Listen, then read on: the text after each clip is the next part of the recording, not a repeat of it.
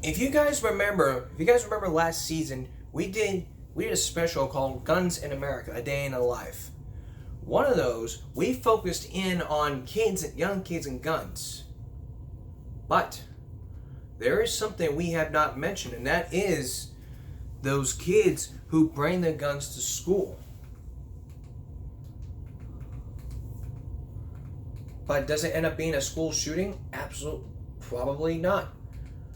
Does it end up being kids getting arrested for bringing a gun to school? Absolutely.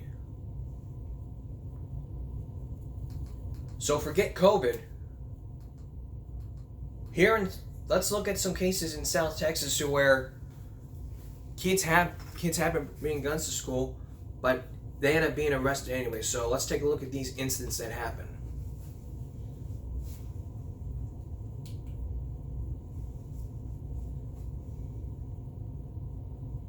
That your company and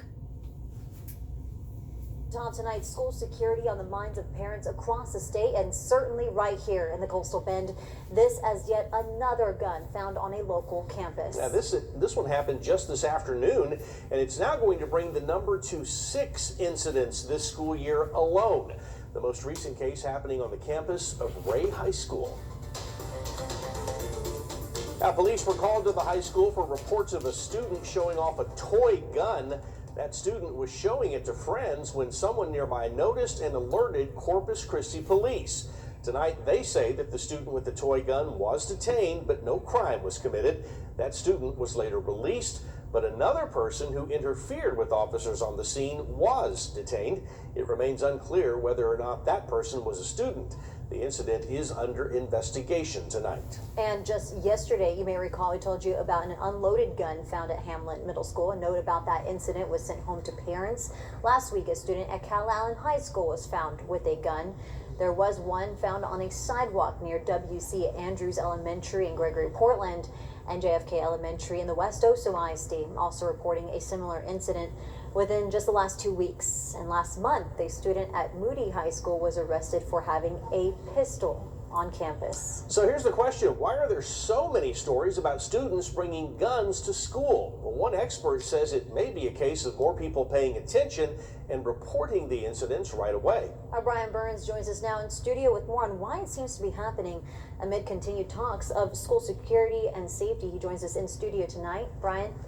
Leslie, these cases where a child is discovered to have a firearm at school can be terrifying for all of us parents after those horrific shootings at Uvalde and across the country. Is it the kids feeling like they have to protect themselves or something else? Well, we spoke with 2 respected community leaders about this problem and asked how serious they thought this is. I think we've seen a more of a show and tell kind of thing. Just the age. I mean, we're talking one incident, it's not in our district, was a kindergartner, that we had a first grader. And I think they don't even understand the full ramifications of what they're doing. They see something they think is cool, they want to show their friend. And so that, I think, is more of what we've been dealing with than anything nefarious. It's more of a problem than just, hey, we have somebody in possession of a weapon. When a gun is taken to school, you not only have someone that shouldn't have a weapon because it's, if you're under 18, you're prohibited to own a weapon, but you also have the issue of the safety of all the other children. And so bringing a gun to school doesn't just affect the person bringing it, or immediately it affects all the resources, which means you have a law enforcement response. Both men said that parents and guardians who own guns have not only the responsibility of making sure guns are kept away from children, but they should also talk to their child about the dangers of guns. Judge Tim McCoy says it's not just a matter of catching the child with a weapon, but making sure the child has no lingering issues that may prevent them from doing it again. I use when I get somebody that's making a threat or that we have available to us when we get a threat or even a firearm at school is a psychological evaluation. You have the kid evaluated to make sure there aren't any mental issues, to try to figure out why they would do something like that. And, psychological evaluation can take a while. You may be sitting in detention a few weeks in order for it to get done. I'm hopeful that this is a small blip and because it's shocking to find someone this young, first, second graders, or kindergarten and first graders, bringing a firearm to school. I'm pleased that the staff and students at these campuses did the right thing. We promote, see something, say something. When you advocate that a large group of people helps report crime, you're going to get more reported crime. Now, both advocate vigilance on the part of law enforcement, parents or guardians, school officials, and even fellow students to prevent tragedy from another student bringing a gun to school. Leslie, Mike? That's very serious, because if you start bringing guns to school, then this and that could happen. Even yesterday, there was a gun found on school campus. Let's take a look at this, then we're going to go on break.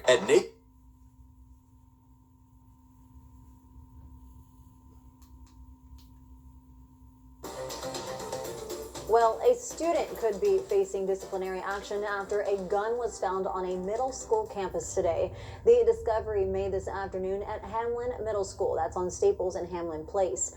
CCISD Police Chief Kirby Warnke says a student noticed another student with a weapon and told an administrator. We're told the gun was not loaded. CCISD says a letter will be sent to parents about this incident. They also add appropriate action was taken against the student, but it is unclear at this time what that action was. We'll keep you updated. And we as well keep you updated as well. When we come back, more about these cases in Corpus Christi about kids bringing guns to school, as well as the question: should stores be banning toy guns? Because it's the thing that kids bring. So should stores ban toy guns in stores? We'll be right back. Don't go away. Up front tonight, kids bringing guns to school and then ending up in handcuffs as tightened security. That's our main focus today. So far, we have showed you some clips, some news clips from Channel 3 here in Corpus Christi, and looked at some cases from Hamlin Middle School to all the way to Callan, W.C. Andrews Elementary School, JFK Elementary School, and Moody High School. Guns have been confiscated. These are 5 instances that happened in weeks. Now, another one happened today, so let's take a look at what happened. Let's take a look at what happened yesterday. Well, we are following breaking news just into our newsroom. Police are on the scene of Ray High School, where a student apparently brought a toy gun to campus. Yeah, what you're looking at right here is a live look from the scene tonight. Police say the student was showing this toy gun to friends when someone nearby noticed this and alerted police. Police were then called in to investigate. Now, tonight, police are telling us that the student with the toy gun was detained, but no crime was committed there. That student was later released, but then another person who interfered with officers on the scene was detained. At this time, unclear whether that person who interfered with officers was a student or not. Of course, with all of this, that incident now early in the investigation. So what can be done about this? Well, increased school security is one thing. But there are lots of other incidents that happen. Lots of other instances. Like last week, a student brings an airsoft gun like a real handgun to Vernal Middle School, and investigations underway. And 4 weeks ago, 2 schools camps locked down. A student brings a BB gun to campus. That means schools are taking action. They see something, they do something. That's good. In Vernal, Utah, officials say there was no active threat after a Vernal Middle School student brought an airsoft gun that was modified to look like a real handgun on campus yesterday morning. A representative for the Utah School District said a student reported to school leaders that he saw a fellow student with a modified airsoft handgun on campus. After the report was made, the school resource officer responded to the classroom where the student was, and the individual was escorted to the office without incident. During the investigation, other students came forward and reported that a student who had the gun warned them last Thursday not to come to school Tuesday. Officials reminded students that they are not allowed to bring replica of or toy firearms, including airsoft guns, to school. An investigation is still ongoing, but there is believed to be no active threat to the school. That's good. That means schools are responding. Good. That's very good. excellent. Very excellent indeed. But should we ban toy guns and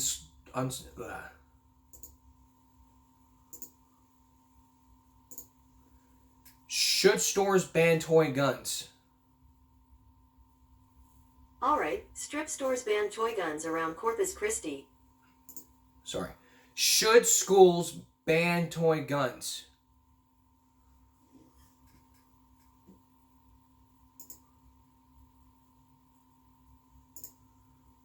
Or the other question, is it okay for kids to have toy guns? So I'm trying to use Google Voice. Toy guns is nothing new, nor is the question of whether or not they're healthy for kids to be playing with. As a parent, you don't have to buy them and they make you uncomfortable, but according to experts, you probably shouldn't forbid them either.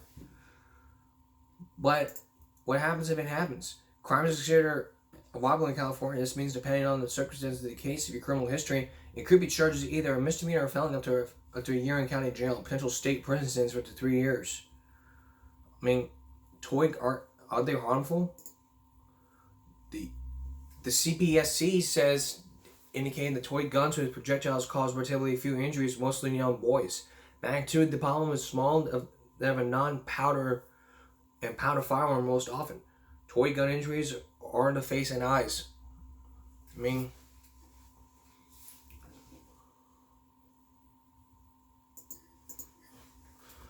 if stores were to ban toy guns,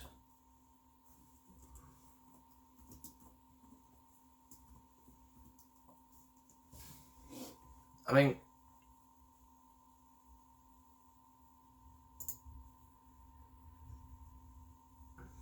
mean, look at what happened. This was years ago. Years ago, from an article. I think this was from, I don't know. This happened in New York. Years ago in New York, toy guns are quietly disappearing from the shelves and counters of most large American department stores. One New York chain store has even decided to ban water pistols.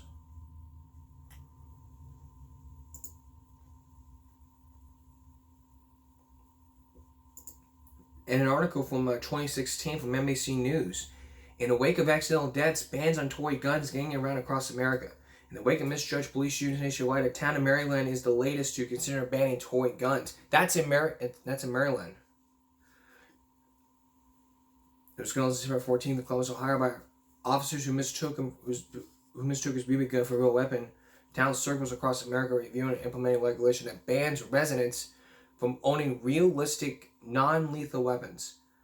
According to the report from The Guardian, 28 people with BB guns were shot and killed by police in 2015 alone, after a 12-year-old Tamara Rice of Cleveland was shot and killed by police in 2014 when officers mistook his toy gun for a real one. Several cities began proposing a ban on replica guns. Last November, Boston passed a ban on realistic-looking toy handguns. Dozens of states have already passed laws restricting fake guns, and Baltimore is currently considering a citywide ban on replica guns.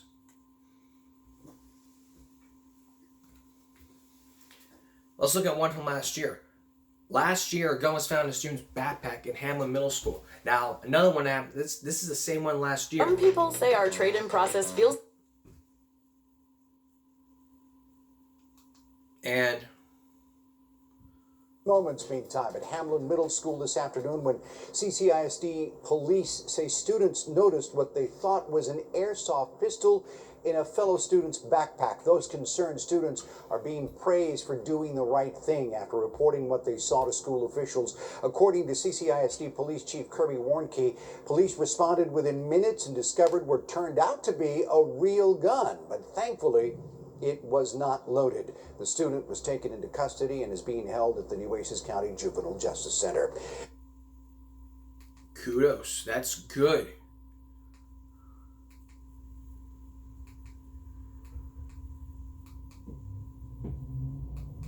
It's really good.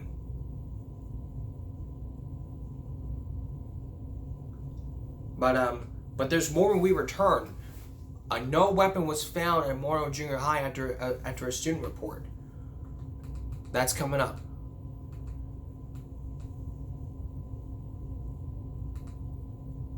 That's coming up next. Don't go away. There's really a fight going on in Oxford. According to the Detroit News, parents of the Oxford high shooting suspect fight to forbid prosecutors' expert witness. The couple is facing charges related to the November 30th school shooting involving their teenage son, are arguing that the Oakland County prosecutor's expert witness, who shouldn't be allowed to testify. Defense attorneys for the Crumleys argued that the case against their clients has largely been driven by exaggeration and half-truths that will serve to prejudice the jury. In an 11-page legal filing to the Oakland County Circuit Judge Cheryl Matthews, defense attorney Shan Smith and Marielle Leanne contend much of the prosecutor's effort is to seek the omission of the irrelevant evidence discussed as information to bolster expert testimony about pathways to violence. They also describe the area of study as relatively novel. There's not a consistency among research findings, and research to date has not been provided helpful conclusions. Those arguments come as the trial for James Duncan has been adjourned until next year, so the attorneys can argue what expert testimony should be heard by the jury. They're each facing 4 counts for felony manslaughter in the deaths of Oxford High students Hannah St. Juliana, Madison Baldwin, Tate Marie, and Justin Schilling, all victims in the November 30th shooting in their school, allegedly by fellow classmate Ethan Crumley, then 15 years old. They could face up to 15 years in prison if convicted. They had a tentative October 24 trial date, but Matthews has now set a hearing for October 28 to determine the admissibility of the prosecutor's proposed expert testimony. Matthews said it will also initiate an adjournment of the Crumley's jury trial date to be determined in January.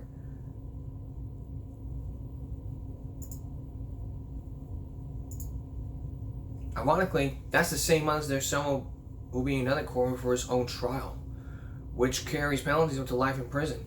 His is scheduled January 17th trial before Judge Quan Rowe. All 3 Crumleys remain in the Oakland County Jail, including the teenager who surrogated from adult prisoners for safety. Attorneys on both sides declined to discuss any aspects of the case, signing Matthews' gag order, forbidding them to talk in with the news media, but court records provide a partial view of what is expected to play out in court. The prosecutor... But last month, the Oakland County prosecutor, Karen McDonald, filed legal motions that her office would detail a large trove of evidence that's not yet come to the record, including how the Crumleys exposed their son years to chaotic, toxic conflict, and where the son's trouble, but instead of providing him medical help, they purchased him a gun as only a Christmas gift. Somebody said Ethan accused the parents of having an affair.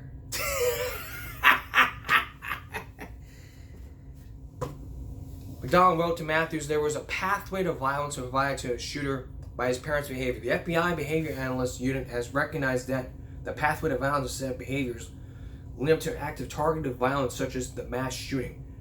The model has been studied by law enforcement, university researchers as a risk assessment and management tool. But these issues are being debated like much of the preferred evidence about the Crumleys would confuse the issues. Among the matters of contention, described and relevant in their charges and likely to be discussed in next month's hearing. Financial issues will be including the Crumleys spending thousands of food deliveries, alcohol, and horse-related expenses compared to medical care. The defense written response is saying when their sons complained of headaches, he was taken to the doctor, followed up by x-rays and eye appointments for evaluation for jaw joint discomfort. They had orthodontic braces to put on him and took him to checkups every 4 to 6 weeks. When he determined he was not brushing his teeth correctly, resulting in cavities, the braces were removed and he had 13 cavities filled. Claims that he did not have health insurance were born to neglect. The prosecution has said the Crumleys spent nearly $4,000 during last year on a nearby liquor store. Lawyers noticed the store also sells other items the Crumleys routinely purchase, including eggs, bread, milk, cigarettes, and food. The Crumleys were behind on their mortgage. They failed to acknowledge the couple were enrolled in the program through Flagstar, which allowed them to defer payments after COVID-19.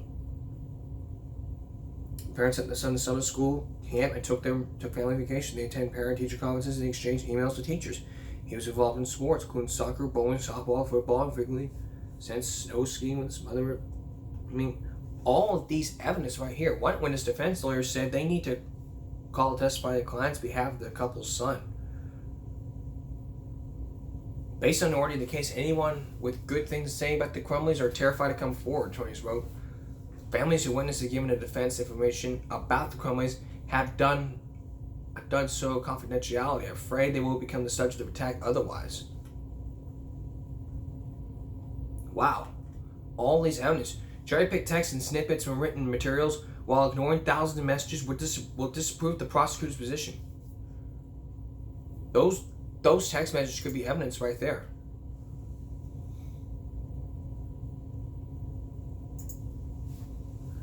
What about Uvalde?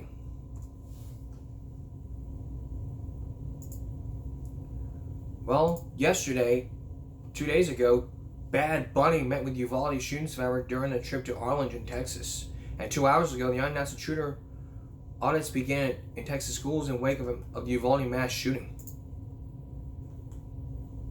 Last month, the Good Bunny Foundation started Bad Bunny, and the Corey Family Foundation contributed money to build a new home for the Zamora family, the victim of the shooting. And audits will begin. This is probably from CBS Austin. So that's just really some great news to go on. When we return, that's enough about kids and guns. So if we see something happening, we'll give you some updates. But when we come back, there are more threats happening. Yes, you guys know this was coming. More school threats happening in wake of these mass shootings. Stay with us. In Thorndale ISD, cancels classes today due to a social media threat. Schools canceled for Wednesday, but classes are set to resume normal tomorrow. Ivy said the district decided to cancel all classes Wednesday at 5 a.m. out of an abundance of caution. 3 Houston schools went on lockdown yesterday as precaution of all threats were made. Officers responded to 2 threats set 2 sexual Texas schools. Probably all of them were on lockdown. Students can visit the school's website for information homepage. After receiving rape threats online, Nash High School administrators blame girls for dressing inappropriately. Okay. Police received an incident involving threats made at Augusta schools. And police threats made at Augusta schools. School operations and classes of our Augusta schools will not be disrupted, nor will there be changes to schedules as a result of this investigation. Okay. So the question is, why do they make so many school threats? When we come back, a Phoenix counselor says kids need boundaries. Stay with us. Finally today, the question is, why so many school threats? Well, a Phoenix counselor says kids need boundaries. A 4th grader bringing a loaded gun to Legacy School on Queen Creek last month on the campus of Fife Central High School Friday, and then a surprise 11-year-old accused of threatening to do the same on Monday. We've seen a number of school violence scares in recent days. Here's Macy Morrison, Phoenix-based licensed social worker. She says it's becoming okay thing to do that. Morrison just resigned after 35 years of working in schools. She says she knows the decline in young people's mental health after 9/11. And then again, in a Great Recession. Morrison says is that when kids start getting as much information on large-scale tragedies, information they weren't ready to deal with. She suggested that parents need to engage with their kids about everything, give them context around what they're seeing online on TV. She says it's up to the parents to explain there are consequences for their actions. She says it's okay to get consequences. It's okay to set limits. It's okay to break boundaries between you and your child. You're the parent. This is your child.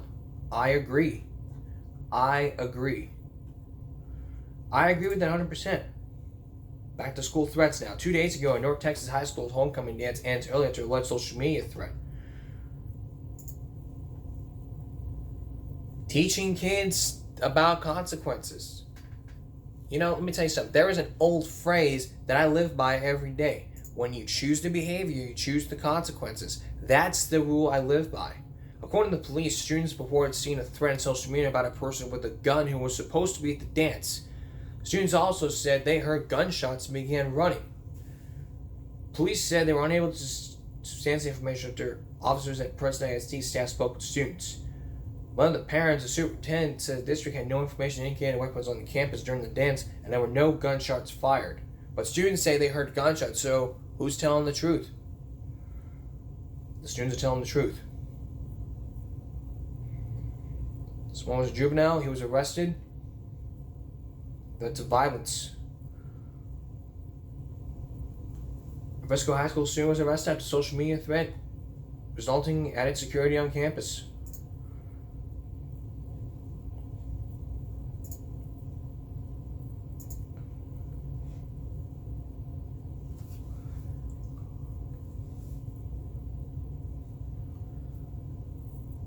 So yeah, I guess this is a good way to wrap up on. Like 7 hours ago, Orange County Public Schools Superintendent calls for an end of prank threat trend. I'm glad the superintendent's going to put this to an end. It needs to stop. In Orlando, Florida, the Orange County Public School Superintendent calls for an end to prank threat trend. Parents of students in Orange County Public Schools introduced a HERP Superintendent, Dr. Maria Vasquez, who left a message marking an increase in prank threats against students and schools.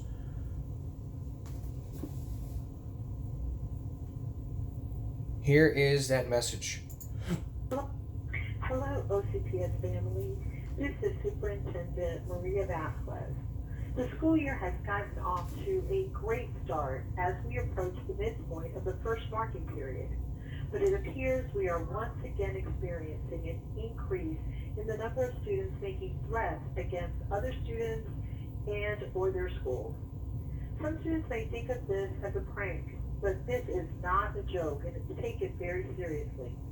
It doesn't matter if they say it, text it, write it, snap it, or post it on social media. Students who make threats can face serious consequences according to our Code of Student Conduct and through law enforcement. Nobody wants a police visit to their house over a foolish prank. It's a waste of precious resources and undue stress on students and staff. Please talk to your child regarding safety expectations and remember to check backpacks for items that are not allowed on school property. If you or your child becomes aware of a threat, please report it using the Fortify Florida app and do not spread it. Your partnership will ensure that we maintain an orderly and positive learning environment. Thank you for your support. It comes 2 days after an announcement by Daytona police of a recent shooting. In Seminole County, 14-year-old boys was arrested over a threat posed on social media against Lehman High. Officials said Monday the team was not a Lehman student and the threat was made not credible.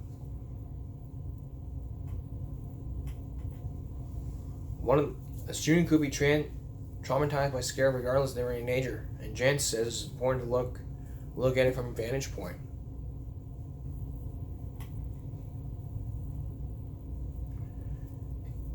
They reached a student at Mainland High School who believed to be the working pranksters who worked together and they panicked towards the school cafeteria. So someone says, so that's a threat. In Florida, in the state of Florida, they have a statute where you cannot make threats to cause bodily harm or create a mass shooting. That's I don't have time to play it, but remember that kid back in 2019 who was arrested for making a threat?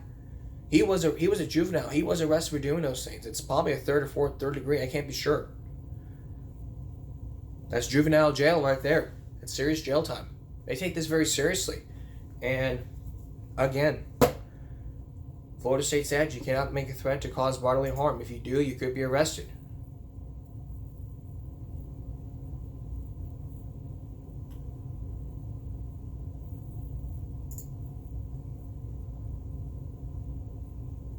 Period.